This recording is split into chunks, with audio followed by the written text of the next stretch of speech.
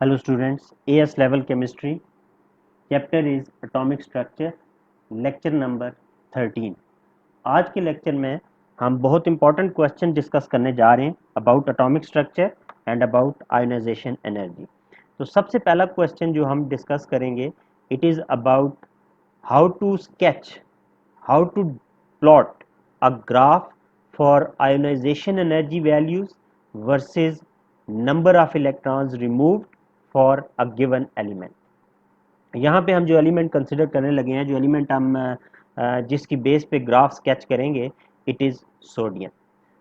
Sodium का graph sketch करने से पहले कुछ बेसिक इंफॉर्मेशन जो हमें आनी चाहिए वो हम पहले फोकस कर लेते हैं, पहले उसको डिस्कस कर लेते हैं, उसकी बेस पे फिर हम ग्राफ स्केच करेंगे. सबसे पहली बात, जब भी हमने ऐसा ग्राफ स्केच करना है तो हमने गिवन एलिमेंट की इलेक्ट्रॉनिक कन्फिग्रेशन लिखनी है. सोडियम का एटॉमिक नंबर 11 है, तो इसकी इलेक्ट्रॉनिक कन्फिग्रेशन होगी 1s2, 2s2, 2p6, 3s1. Sodium के 11 इलेक्ट्रॉन है. 11 इलेक्ट्रॉन हमने 3 शेल्स में डिस्ट्रीब्यूट कर दिए. फर्स्ट शेल में 2 इलेक्ट्रॉन, सेकंड शेल में 8 इलेक्ट्रॉन, थर्ड शेल में 1 electron. Now we are going to remove electron. एक चीज आपने हमेशा याद रखनी है, जब भी इलेक्ट्रॉन रिमूव होता है, रिमूवल इलेक्ट्रॉन के लिए हमें जो एनर्जी चाहिए होती है उस एनर्जी को हम कहते हैं आयोनाइजेशन एनर्जी. इस वक्त हमारे पास सोडियम में 11 इलेक्ट्रॉन्स हैं. इट मींस सोडियम की टोटल कितनी आयोनाइजेशन एनर्जी वैल्यूज हो सकती हैं? Number of ionization energy values is equal to number of electrons present. Number of ionization energy values is equal to atomic number. तो sodium का atomic number 11 है, sodium में 11 electrons हैं, इसलिए सोडियम की 11 आयोनाइजेशन एनर्जी वैल्यूज हो सकती हैं. फिर आपने ये भी याद रखना है कि सबसे पहले किसी भी एलिमेंट का कौन सा इलेक्ट्रॉन रिमूव होता है. सबसे पहले वो इलेक्ट्रॉन रिमूव होता है that is further away from the nucleus, that is in the valence shell. यहाँ पे सोडियम का वैलेंस शेल शेल नंबर 3 है, तो सबसे पहले इलेक्ट्रॉन जो रिमूव होगा वो 3s से होगा. 3s के बाद जो इलेक्ट्रॉन रिमूव होगा वो 2p से होगा. तो इसका मतलब है वैलेंस इलेक्ट्रॉन के बाद हम we are moving towards the nucleus. So what will happen? Ionization energy it will become more and more endothermic. Ionization energy endothermic होती क्यों है? आयोनाइजेशन एनर्जी इसलिए एंडोथर्मिक होती है because during the removal of electron we have to overcome, we have to break electrostatic force of attraction between an electron and the nucleus. तो इसलिए हमें हमेशा एनर्जी प्रोवाइड करनी पड़ेगी. वो जो एनर्जी हम प्रोवाइड करेंगे, जो एनर्जी एब्जॉर्ब होगी for the removal of electron, it is known as ionization energy. और दूसरी बात आपने याद रखनी है, second ionization energy is higher than first, third is higher than second, and so on. Each successive ionization energy is greater. Why each successive ionization energy is greater? Since proton to electron ratio is increased. Proton to electron ratio का क्या मतलब है? Right now देखें, sodium के पास 11 proton है और sodium के पास 11 ही electron है. लेकिन अगर सोडियम का एक इलेक्ट्रॉन हम रिमूव कर दें तो अब 10 इलेक्ट्रॉन्स रह गए हैं, लेकिन न्यूक्लियस में प्रोटॉन 11 ही है, तो proton to electron ratio increase हो गया है. जब भी proton to electron ratio increase हो जाए, force of attraction, nuclear pull increase हो जाता है, जिसकी वजह से removal of electron it becomes difficult and difficult. That is why हमेशा जो फर्स्ट इलेक्ट्रॉन का रिमूवल होता है from the valence shell, it is least endothermic. और सबसे difficult removal of electron first shell से होता है, that is most endothermic ionization energy. अब देखें, इस केस में हमने 11 इलेक्ट्रॉन रिमूव करने हैं. इलेक्ट्रॉन जो रिमूव करेंगे वो किस सीक्वेंस में और किस सब शेल से रिमूव होंगे? देखें, इलेक्ट्रॉन नंबर 1 रिमूव होगा 3s से. जब 3s से एक इलेक्ट्रॉन रिमूव हो गया, 3s एम्प्टी हो गया. अब नेक्स्ट इलेक्ट्रॉन रिमूव होगा 2p से, और p में टोटल 6 इलेक्ट्रॉन है, इसका मतलब है जब तक इलेक्ट्रॉन सारे के सारे पी से रिमूव नहीं होते, अब नेक्स्ट इलेक्ट्रॉन पी से रिमूव होते रहेंगे। कब तक? इलेक्ट्रॉन नंबर 7 तक। तो इलेक्ट्रॉन नंबर 2 से इलेक्ट्रॉन नंबर 7 तक पी में सिंस देयर आर 6 इलेक्ट्रॉन, ये सारे के सारे इलेक्ट्रॉन 2p से रिमूव होंगे। जब 2p भी एम्प्टी हो जाएगा and we are providing more energy, now which electron will be removed? Electron number 8 and electron number 9. From which subshell they will be removed? They will be removed from 2s. Now we have removed 9 electrons. Still, if more energy is available, what can happen? If more energy is available, still electron number 10 and electron number 11 can also be removed. और ये जो electron number 10 और 11 remove होंगे, ये remove होंगे सब shell 1s से। तो आपने याद रखना है सबसे इजी इलेक्ट्रॉन जो रिमूव हुआ है वो इलेक्ट्रॉन नंबर 1 से हुआ है जो वैलेंस शेल नंबर 3 में था, और सबसे डिफिकल्टी से जो इलेक्ट्रॉन रिमूव हुआ है वो इलेक्ट्रॉन नंबर 11 है जो इनर मोस्ट शेल नंबर 1 में प्रेजेंट था। अब जब कभी हम इलेक्ट्रॉन्स रिमूव करते हैं किसी भी एलिमेंट से, during the removal of electrons there can be 3 different types of energy changes. Ionization energy में during the removal of electron from a single element, आप एक ही एलिमेंट लें, उसके एलिमेंट्स उस एलिमेंट के इलेक्ट्रॉन्स रिमूव करना शुरू कर दें, तो उस एलिमेंट के अंदर ही जो इलेक्ट्रॉन प्रेजेंट है, उसके एटम के अंदर जो इलेक्ट्रॉन है, उन इलेक्ट्रॉन्स को रिमूव करते हुए 3 टाइप के एनर्जी चेंजेस हम ऑब्जर्व करेंगे, हम नोटिस करेंगे। एक टाइप ऑफ एनर्जी चेंज को हम कहते हैं sudden change, sudden increase in ionization energy. दूसरी टाइप का जो चेंज होता है during the removal of electron from a single element, it is known as slight change. मैं बताता हूं अभी आपको, इन सारों का मीनिंग बताता हूं, क्यों सडन चेंज होता है, क्यों स्लाइट चेंज होता है। और थर्ड टाइप ऑफ चेंज जो हम नोटिस करते हैं, it is known as study change. तो आपने याद रखना है जब भी किसी एक एलिमेंट के इलेक्ट्रॉन हम रिमूव करेंगे तो during the removal of electron there can be 3 different types of changes that can be noticed in the ionization energy values. Sudden change हो सकता है, सडन इंक्रीज हो सकता है, स्लाइट चेंज हो सकता है, स्लाइट इंक्रीज हो सकता है, स्टडी चेंज हो सकता है, स्टडी इंक्रीज हो सकता है। अब ये तीनों टाइप के चेंजेस क्यों होते हैं, ग्राफ देखें, हम स्केच करते हैं, ग्राफ की बेस पे हम ये चीजें एक्सप्लेन करेंगे। देखें ग्राफ जो आपने स्केच करना है, वाई एक्सिस पे आपका लेबल होगा आयोनाइजेशन एनर्जी वैल्यूज। इस वक्त हमारे पास 11 आयोनाइजेशन एनर्जी वैल्यूज हैं because we will remove all the 11 electrons of sodium. X axis पे लेबल होगा number of electron removed, electron removed number.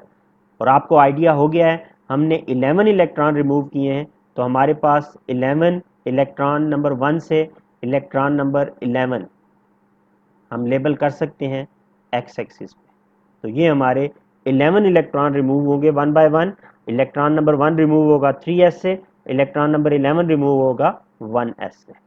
अब जैसा कि मैंने आपको बताया था, जो इलेक्ट्रॉन वैलेंस शेल से रिमूव होता है उसकी एनर्जी सबसे कम होती है, उसकी आयनाइजेशन एनर्जी सबसे कम होती है, और जो इलेक्ट्रॉन न्यूक्लियस के करीब होता चला जाता है उसकी आयनाइजेशन एनर्जी ज़्यादा होती चली जाती है। तो हमने सबसे पहला इलेक्ट्रॉन जो रिमूव करने जा रहे हैं, हम वो इलेक्ट्रॉन रिमूव करने जा रहे हैं 3s से। तो 3s से इलेक्ट्रॉन रिमूव करना सबसे इजी होगा, इसकी आयनाइजेशन एनर्जी सबसे कम होगी। तो this is the ionization energy of electron remove from 3s। 3s के बाद हम जो इलेक्ट्रॉन रिमूव करेंगे वो रिमूव करेंगे 2p से। तो इलेक्ट्रॉन नंबर 2 रिमूव होगा 2p से, इलेक्ट्रॉन नंबर 3 भी 2p से, 4 5 6 7, ये 7 तक जो इलेक्ट्रॉन हमने रिमूव किए हैं ये सब शेल 2p से रिमूव हुए।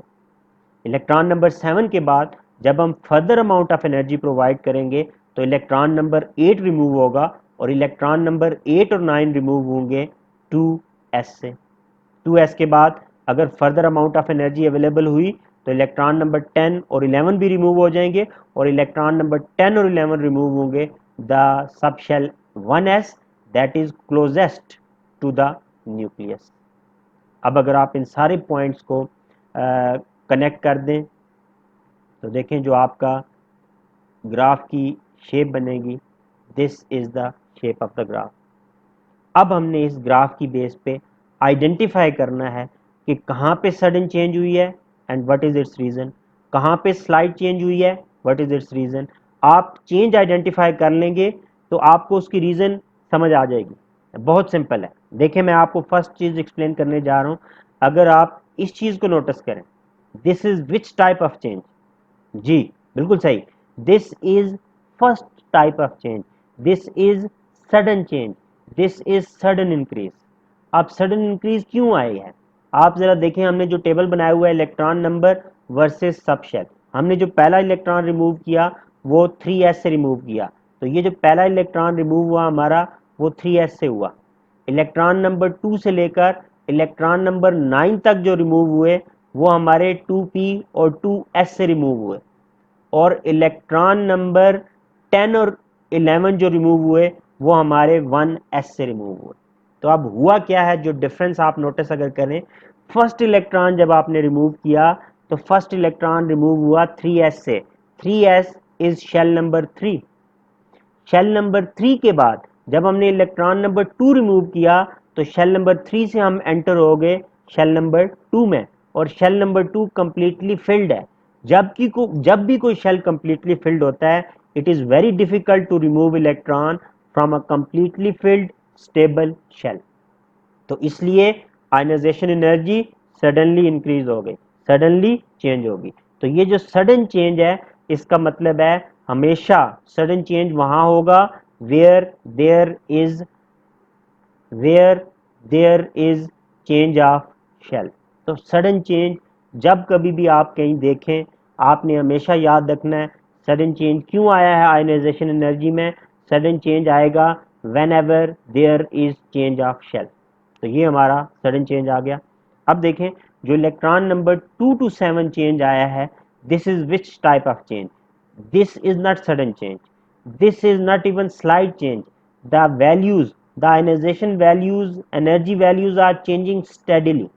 So you can say this is change number 3, this is steady change, this is steady change. Now can you guess why there is steady change?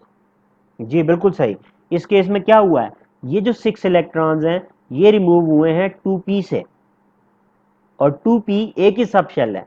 उसमें क्या चीज चेंज हो सकती है एक ही सब शेल में, एक ही सब शेल में ऑर्बिटल्स प्रेजेंट होते हैं।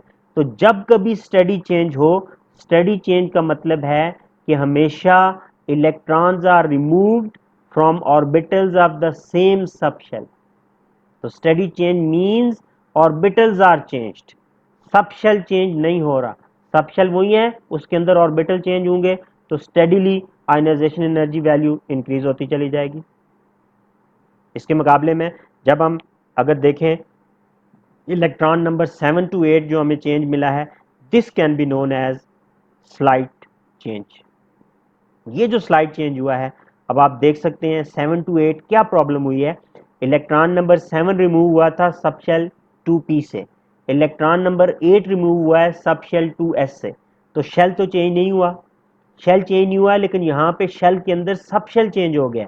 तो जब भी सब शेल चेंज होगा there will be slight change. तो अब देखें मैंने आपको बताया था 3 टाइप्स ऑफ चेंजेस होती हैं आयनाइजेशन एनर्जी में किसी भी एक एलिमेंट में। सडन चेंज का मीनिंग याद रखना है change of shell, slide change का मीनिंग याद रखना है चेंज ऑफ सब शेल, और स्टेडी चेंज का मतलब है electrons are removed from orbitals of same सब शेल। अब अगर आप फर्दर मूव करें तो आप देख सकते हैं this is another sudden change. ये क्यों सडन चेंज है, ये सडन चेंज आया है between electron number 9 to 10, electron number 9 to 10 ये सडन चेंज आया है।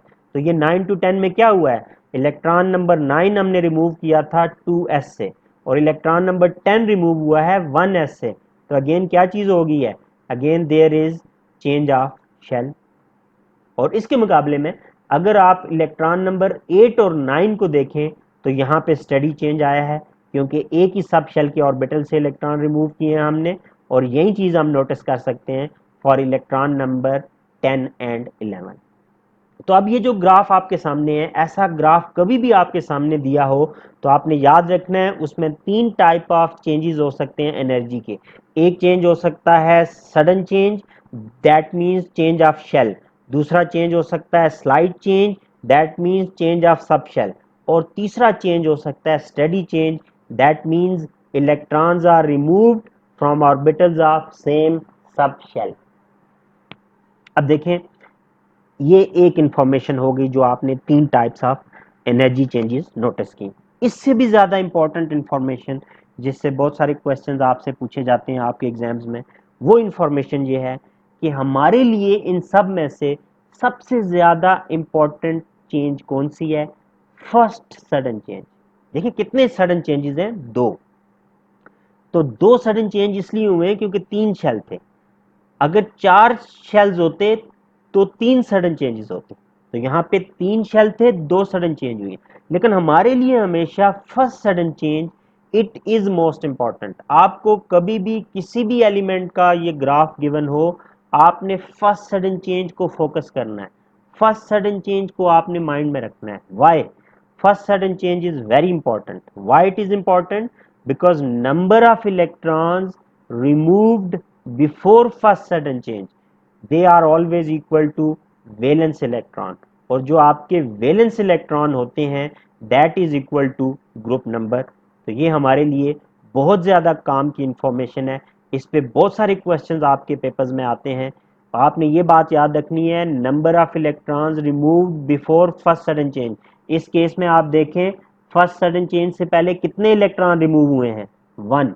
एक इलेक्ट्रॉन के बाद फौरन सडन चेंज आ गया। इसका मतलब है वैलेंस शेल में एक ही इलेक्ट्रॉन था। तो बिल्कुल सही बात है, सोडियम के वैलेंस शेल में एक ही इलेक्ट्रॉन है, और जितने वैलेंस इलेक्ट्रॉन होते हैं that is equal to group number. तो सोडियम का ग्रुप नंबर क्या है? सोडियम का ग्रुप नंबर 1 है। तो इस पूरे क्वेश्चन में हमने जो बहुत ज्यादा काम की बातें सीखी हैं, दो काम की बातें हमारी। नंबर वन आपने ये बात याद रखनी है, किसी भी एलिमेंट के इलेक्ट्रॉन रिमूव करते हुए कितनी टाइप्स के एनर्जी चेंजेस होते हैं? 3। Sudden, slide, study. Sudden means change of shell, slide means change of sub shell, study means change of orbital within a sub shell. और दूसरी बात, दूसरी इंफॉर्मेशन जो इससे भी ज़्यादा इंपॉर्टेंट है आपके एग्जाम के पॉइंट ऑफ व्यू से, कि number of electron remove before first sudden change it is equal to valence electron, it is equal to group number. अब ये जो सेकंड इंफॉर्मेशन मैंने आपको बताई है, ये इंफॉर्मेशन आपने याद रखनी है। नेक्स्ट स्लाइड पे देखिए, मैं आपको क्वेश्चन करवाता हूँ। इस इंफॉर्मेशन को याद रखना है कि number of electron before first sudden change is equal to valence electron. Question देखें, एक एलिमेंट हमें दिया होगा, उसकी फर्स्ट फ्यू सारी नहीं, जरूरी नहीं सारी दे, कुछ first few ionization energies for an element X in kilojoule per mole are given. अब देखें, ये कुछ आयनाइजेशन एनर्जी वैल्यूज हैं, ये सारी आयनाइजेशन एनर्जी वैल्यूज नहीं है। आपने क्या करना है? वैसे तो आप मेंटली भी कर सकते हैं, लेकिन अगर आप लोग थोड़ा सा डिफिकल्ट इसको फाइंड करते हैं तो टेक अ कैलकुलेटर, और आपने क्या करना है, कैलकुलेटर की हेल्प से आपने दो सक्सेसिव फर्स्ट और सेकंड आयनाइजेशन एनर्जी, सेकंड और थर्ड आयनाइजेशन एनर्जी, थर्ड और fourth, fourth and fifth, fifth and sixth ionization energy का डिफरेंस नोट करना है। अब अगर आप फर्स्ट और सेकंड का डिफरेंस नोट करें, 1930 माइनस 578, तो जो डिफरेंस आता है इन दोनों आयनाइजेशन एनर्जीज में वो आता है 1352। 1352 का डिफरेंस है पहली दो आयनाइजेशन एनर्जी। अब अगर आप सेकंड और थर्ड में डिफरेंस देखें तो सेकंड और थर्ड में डिफरेंस आएगा 2780 माइनस 1930। इनका जो डिफरेंस आता है वो आता है हमारा 850 किलो जूल। ये हमारा डिफरेंस हो गया सेकंड और थर्ड आयनाइजेशन। अब थर्ड और फोर्थ का अगर आप डिफरेंस देखें, 9200 माइनस 2780, ये डिफरेंस आ गया थर्ड और फोर्थ में, ये है 6420।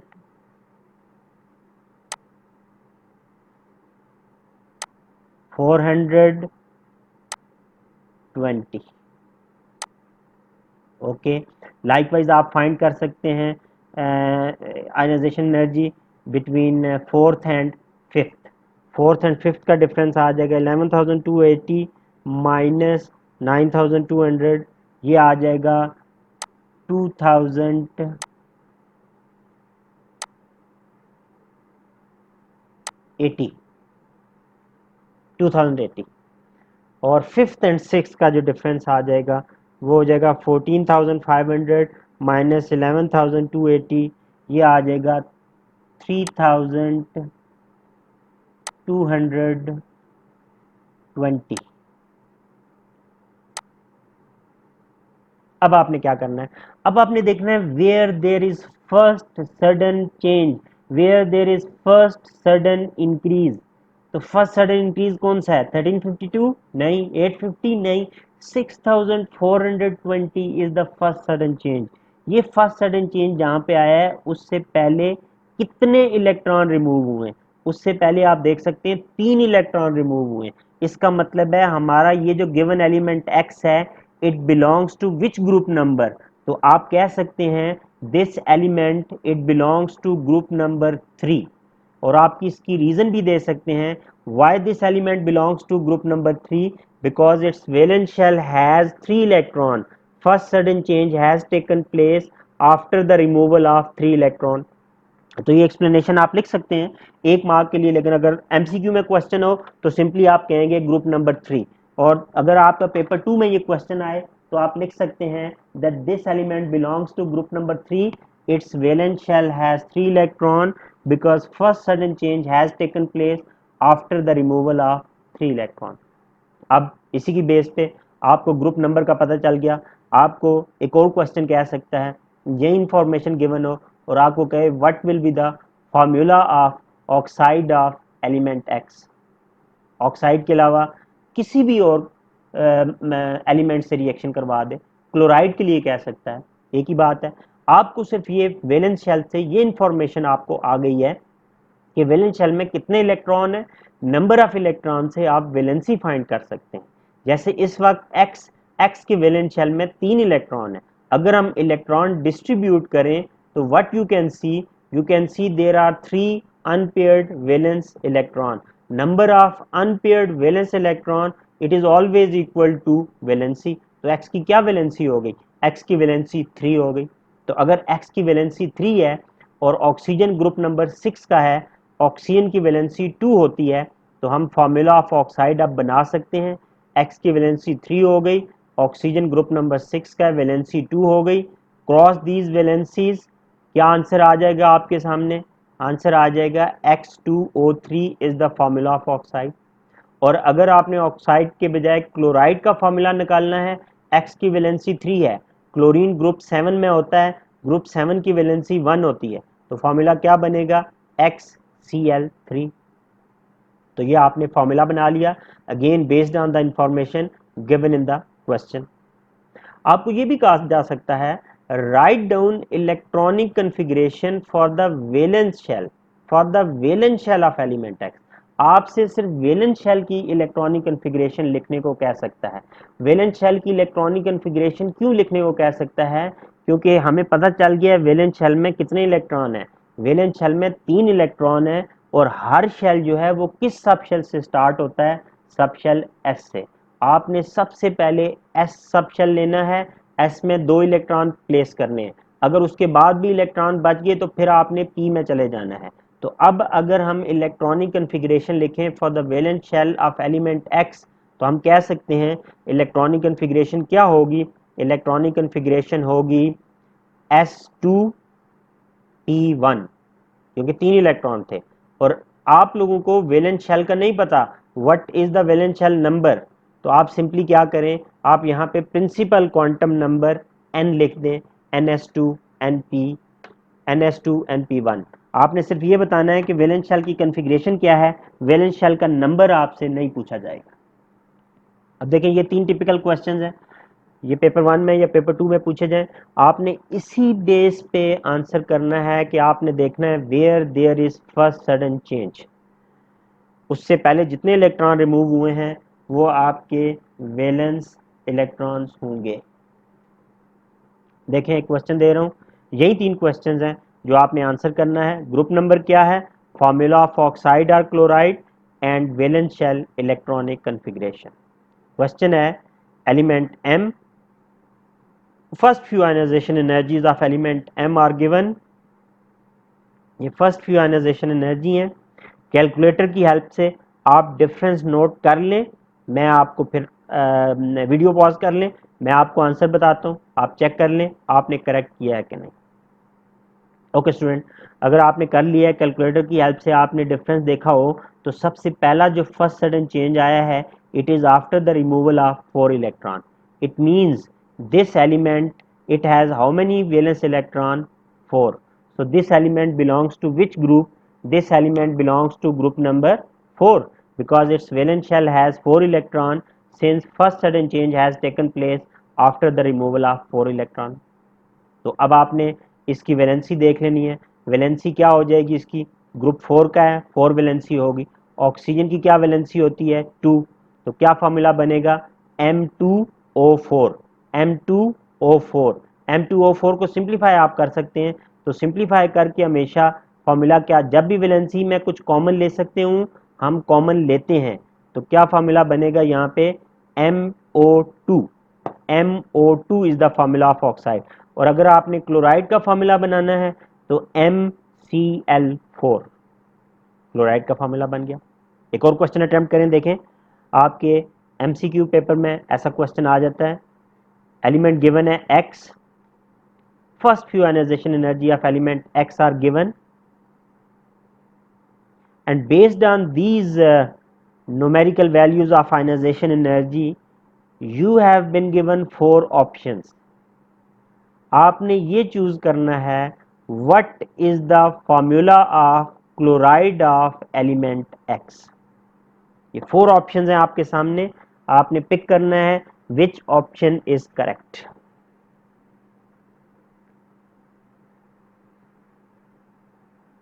जी, अगर आपने सॉल्व कर लिया तो देखिए फर्स्ट सडन चेंज जो आया है, in this case first sudden change is after the removal of 5 electron, so it means this element belongs to group number 5। When it belongs to group number 5, its valence shell has 5 electron. Distribute करें electron 5 तो क्या बनेंगे, 1 2 3 4 5, 3 unpaired electron होंगे आपके पास, तो इसकी valency 3 हो गई। तो क्या इसका आंसर, इसके फार्मूला का क्लोराइड का कौन सा आंसर करेक्ट होगा, सी, XCl3। मैं उम्मीद करता हूँ स्टूडेंट्स आपको आज का लेक्चर पसंद आया होगा। आपको इस लेक्चर से रिलेटेड कोई भी प्रॉब्लम हो, कोई भी क्वेश्चन हो, आप अपना फीडबैक कमेंट्स में दे सकते हैं। Thank you for your time, bye.